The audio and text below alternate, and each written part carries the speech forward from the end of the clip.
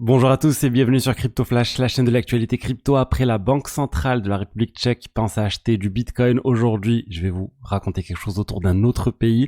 On va aussi parler de Tesla et de Bitcoin. Je vais vous parler aussi de Cardano, mise à jour sur Cardano, prochaine mise à jour sur Injective.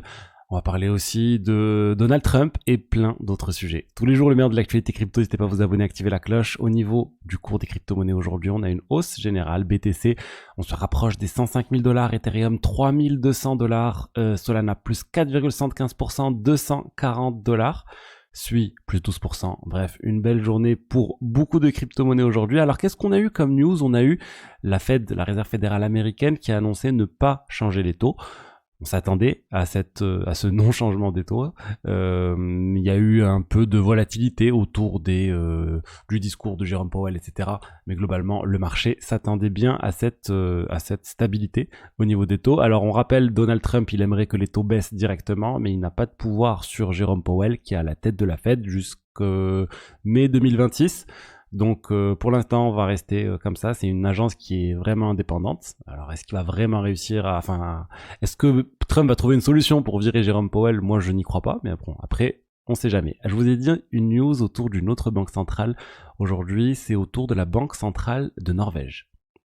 Regardez, la Banque centrale de Norvège, ils gèrent un fonds souverain qui est juste parmi les plus grands au monde. Ils ont plus de 1500 milliards de dollars qui gèrent. Et là, ils viennent d'acheter, en tout cas on vient de voir ça, MicroStrategy, la société cotée MicroStrategy en bourse aux US qui a des dizaines de milliards de dollars de BTC. Et ben ils ont acheté pour 514 millions de dollars. C'est juste énorme. Alors à l'échelle de ce fonds, c'est pas grand chose. Ils ont les 50 milliards d'Apple ou 40 milliards d'Apple, Microsoft, etc. Mais c'est quand même majeur, c'est 514 millions. Et ça rejoint ce que je vous ai dit. Vous savez, quand on avait dit que MicroStrategy allait intégrer le Nasdaq 100 et un certain nombre d'autres indices, ça facilite en fait l'adoption par les institutionnels qui se cassent souvent pas la tête et qui achètent tout le marché. Et quand on achète tout le marché et qu'on a plus de 1000 milliards sous gestion, et ben on se retrouve à acheter 514 millions de dollars de MicroStrategy. Donc c'est pas directement un achat de crypto-monnaie, mais c'est une société qui est extrêmement liée au Bitcoin. L'écrasante majorité, plus de 95% de la valorisation de MicroStrategy provient du Bitcoin et pas de ces autres activités annexes qui sont vraiment négligeables. Et du coup, c'est quand même important de noter ça. On n'est pas encore sur les 1 à 5% du portefeuille dans MicroStrategy. Là, on en est même très très loin. Mais c'est tout de même notable. Une autre société cotée en bourse qui a du Bitcoin, c'est Tesla, et ils viennent de révéler qu'ils ont fait un gain, on va dire, de 600 millions de dollars sur leur BTC. Alors c'est juste un gain comptable. Il y avait des règles comptables par le passé qui permettaient pas d'estimer réellement le cours du Bitcoin, les actifs de Tesla en crypto-monnaie. On pouvait valoriser, on va dire, les pertes, mais on pouvait pas valoriser les gains. Donc là, c'est bon. Chaque trimestre, ils peuvent faire une réévaluation de leur crypto avec des nouvelles règles de comptabilité. Du coup, ils ont gagné sur papier 600 millions de dollars. Ils auraient à peu près Tesla 1,2 milliard de dollars de BTC. Elon Musk, il avait acheté avec Tesla il y a très longtemps du Bitcoin. Il en avait vendu aussi beaucoup, mais il a gardé quand même une quantité importante. Et ce qui fait que c'est l'une des plus grosses sociétés cotées en bourse qui a du BTC. Ils sont juste derrière MicroStrategy, il y a 2 sociétés de minage et on va retrouver Tesla. Et je vous rappelle, vous avez jusqu'à vendredi 23h59 pour profiter des 20 € offerts sur Bitvavo, l'exchange partenaire de la chaîne. Vous obtenez ces 20 € pour acheter des crypto-monnaies sur la plateforme ou faire ce que vous voulez. L'ensemble des informations pour en profiter sont dans la description. Je vous montre juste, moi ce que je vous conseille, c'est d'utiliser l'interface pro. Elle est forcément disponible sur PC, sur mobile, je suis pas sûr que ce soit disponible partout, mais en tout cas sur PC c'est disponible. Et voilà, vous achetez des cryptos. Si vous avez de l'USDC, vous achetez avec 0,05% de frais. Là, je fais un test sur le même coin DogWifat, hein. C'est juste pour tester parce que j'ai une news après sur DogWifat. Et voilà, là je viens d'acheter. Si je veux revendre, c'est pareil. Je rentre la quantité, je fais prix du marché, preview sell order. Et voilà, je viens d'acheter de vente pour des frais vraiment négligeables. Parlons maintenant du prochain ETF qui devrait être validé par la SEC. Je parle d'ETF crypto. Et bien, ça devrait être l'ETF Litecoin.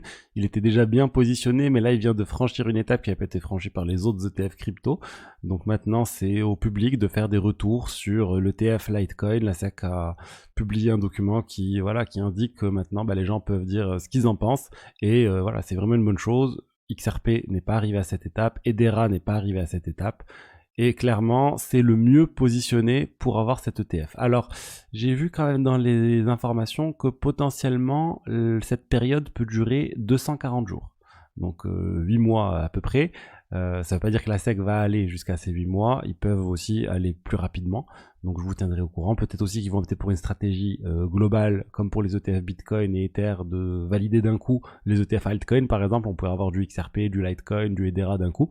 Enfin bon, on verra, je vous tiendrai au courant. Mais moi, si je devais parier, ça serait bien l'ETF Litecoin qui devrait arriver en premier. Ensuite, Cardano. Cardano, on a eu une mise à jour hier, une mise à jour qui s'appelle Plowmin. C'est un hard fork, c'est une mise à jour majeure du réseau. Et en fait, enfin, Cardano a une décentralisation complète de la gouvernance, de la gestion de la trésorerie. C'est quelque chose qui était attendu, c'était dans leur roadmap depuis très longtemps. Ils avaient fait certaines mises à jour pour y arriver. La dernière brique, ça a été mis en place hier. Et c'est c'est notable, c'est une approche différente de pas mal de projets. Ethereum par exemple, toute la gouvernance n'est pas du tout on-chain, elle se fait off-chain par consensus, c'est-à-dire c'est les développeurs des différents logiciels qui discutent lors de réunions pour se mettre d'accord sur les fonctionnalités implémentées, sur le planning, etc. Bitcoin aussi c'est complètement off-chain. Mais il y a certains projets qui essayent de faire le plus de choses sur la blockchain, donc on-chain, tels que Tezos aussi, ils ont quelque chose qui est vraiment on-chain, et maintenant Cardano. Il y en a sûrement beaucoup d'autres que je n'ai pas cités, c'était juste pour vous donner deux exemples. Et ensuite, autre mise à jour cette fois pour la blockchain injective. Ils viennent d'annoncer qu'ils allaient rajouter une EVM, donc une Ethereum Virtual Machine, une solution pour faire tourner les smart contracts codés en Solidity, donc sur Ethereum, qui existent sur Ethereum, qui existent sur Avalanche, qui existent sur plein de blockchains différentes, de pouvoir les faire tourner simplement sur la blockchain injective.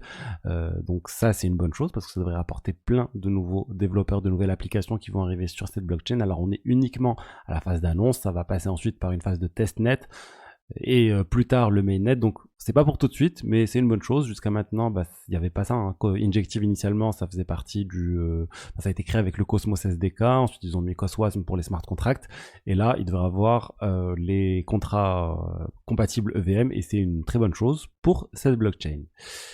Et ensuite, Trump, il lâche pas les cryptos. Trump, vraiment, tous les jours, on a des news autour de Trump et des cryptos. Cette fois, c'est sa société, la Trump Media and Technology Group, qui a annoncé truth.fi, donc vérité.fi.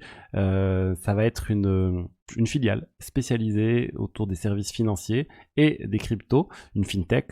Ils ont annoncé investir jusqu'à 250 millions de dollars sur des choses en lien avec les crypto-monnaies.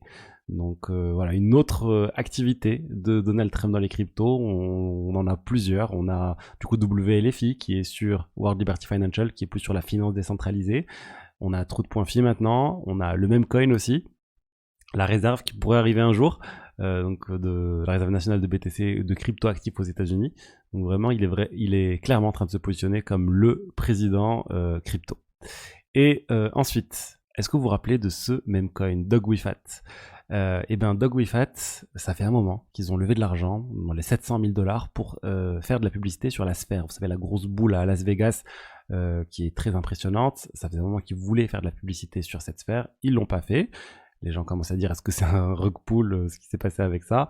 Là, il y a eu un tweet. Regardez, je vous montre le tweet. Il y a écrit Vive à Las Vegas et on vous donnera les dates dès qu'on a le droit de les partager. Ils avaient annoncé Q1 initialement. Donc ça veut dire qu'on devrait avoir, regardez, dans l'image on peut voir Q1 2025 sur le Nokia 3310 pour ceux qui se souviennent. Donc ça veut dire qu'on devrait avoir cette publicité sur la sphère qui devrait arriver et ça devrait aider à faire du buzz encore pour ce même coin, même si aujourd'hui le même coin il est clairement en baisse. Et ensuite je voulais vous parler de Mika. Mika, avec les impacts de Mika du règlement européen autour des crypto-monnaies, et on a Crypto.com qui a annoncé délister l'USDT et 9 autres tokens d'ici le 31 janvier. Donc délister l'USDT, je comprends, il y a eu pas mal d'exchanges qui ont fait des choses similaires, mais j'étais surpris de voir qu'il y avait plein d'autres cryptos qui étaient délistés. On parle d'autres stablecoins, donc tels que le Pax Dollar de Paxos qui est régulé aux États-Unis mais pas en Europe, mais on parle aussi de tokens liquides, c'est-à-dire des tokens de staking tels que le crypto.com staked ETH ou même des wrap tokens tels que le WBTC. Regardez, je vous montre la liste. Il y a pas mal de tokens, voilà, de WBTC. Assez surpris de le voir. Est-ce que c'est vraiment à cause de Mika? PayPal USD, Pax Gold aussi. Donc ceux qui ont du Pax Gold, ça veut dire que peut-être potentiellement on pourra plus vendre du Pax Gold sur les exchanges centralisés. Vous devrez passer par des exchanges décentralisés pour les vendre. Je sais qu'il y en a qui en ont. Et le DAI aussi, même les cryptos décentralisés, les stablecoins décentralisés. Donc vraiment, Mika, il est en train de réduire fortement le nombre de stablecoins qu'on pourra trader sur les exchanges européens. Heureusement, il reste les exchanges décentralisés, mais c'est quand même impactant, je pense, pour beaucoup d'entre vous. Voilà ce que je voulais vous dire aujourd'hui sur les diverses actualités crypto. J'espère que le contenu vous a plu. Si c'est le cas, n'hésitez pas à liker, commenter, vous abonner. Je vous rappelle qu'il y a les 20 € offerts jusqu'à vendredi 23h59 sur Bitvavo. Et je ne pense pas que je vais vous faire une vidéo demain. Je fais un week-end prolongé. Et je vous dis à très vite. Allez, au revoir. Ciao, ciao.